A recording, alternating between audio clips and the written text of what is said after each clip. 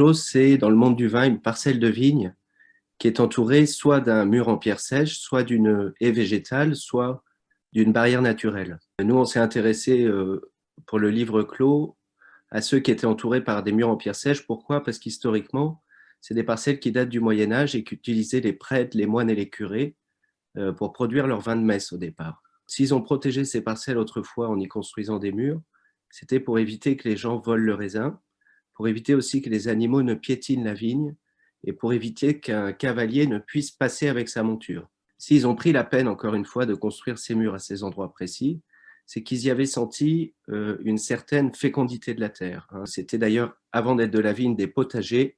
Ils se sont aperçus que leur potager à ces endroits-là était plus florissant qu'à d'autres endroits. Ce qu'on a découvert à un moment dans les recherches, et c'est ça qui est intéressant, c'est que les églises, les chapelles et cathédrales en France, comme ailleurs d'ailleurs, comme les pyramides en Égypte, elles ont été construites à des endroits où il y avait des énergies dans le sol qu'on ne retrouvait pas ailleurs. Moi, ce que je pense aussi, c'est que s'ils ont pris le temps de construire ces murs autour de ces parcelles, c'est qu'ils voulaient les chérir d'une autre manière. Je suis persuadé que la pierre qui entoure la vigne, elle transmet un héritage historique et elle transmet aussi des pages de notre histoire à la vigne, elle transmet un message divin, entre guillemets, à la vigne. Tous les symboles qui entourent ces clos, donc parfois le clocher, la croix, le mur, accentuent aussi la dimension spirituelle et transmet un message divin à la vigne. Et aussi la relation qu'entretient le vigneron à l'intérieur de ses murs, à l'abri des regards.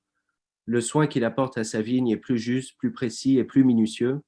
Et donc, selon moi, tous ces éléments participent à une surexpression du goût. Je leur trouve une ivresse particulière, une ivresse plus spirituelle, une ivresse divine et voyageuse. Moi, je voulais revenir un petit peu sur le fonctionnement qu'on a eu dans notre travail à Troyes. Donc, Benjamin était venu voir les éditions de La Martinière, édition avec lesquelles moi j'ai l'habitude de travailler. Il nous avait un peu envoûté avec son projet de clos, parce qu'effectivement, comme il l'a précisé, c'est quelque chose qui n'existait pas dans le monde de l'édition, c'est quelque chose de très particulier. C'est quelque chose que le l'OIV a repéré, puisque vous nous avez gratifié de cette très belle récompense aujourd'hui.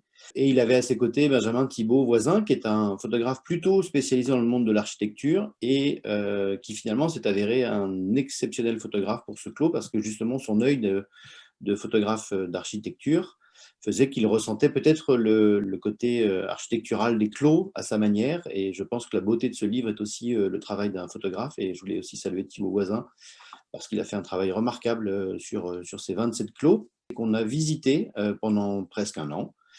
Tous les clos, quels qu'ils soient, en Champagne, en Alsace, essentiellement en Bourgogne, mais pas que. Un autre un peu plus surprenant, là où on ne l'attendait pas, c'était en Côte rouennaise, plus le Bordelais, et évidemment aussi la Loire, avec notamment Vouvray et autour de Saumur, donc même le Jura.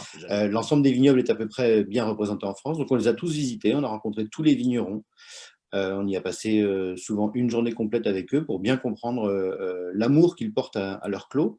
Benjamin a apporté ce qu'il vient de vous préciser, c'est-à-dire dans son écriture, son âme de sommelier et la façon qu'il avait, lui, de ressentir les vins. Certains vins ne se boivent pas de la même façon quand on a compris que c'était un vin de clos, qu'il y avait une âme à l'intérieur. Et effectivement, ce côté envoûtant qu'avait eu Benjamin lors de notre première rencontre, moi, je l'ai retrouvé dans les vers et j'ai essayé après de retranscrire l'histoire, la géographie, parfois la géologie, et puis un peu le portrait de la personne qui gère ce clos pour essayer d'apporter au lecteur ce côté un peu mystique. On apporte tous les éléments clos par clos. Il faut le lire. Enfin, c'est un livre qu'on lit doucement, on y revient régulièrement pour pouvoir prendre goût et bien comprendre le monde viticole et la différence de nos terroirs en France.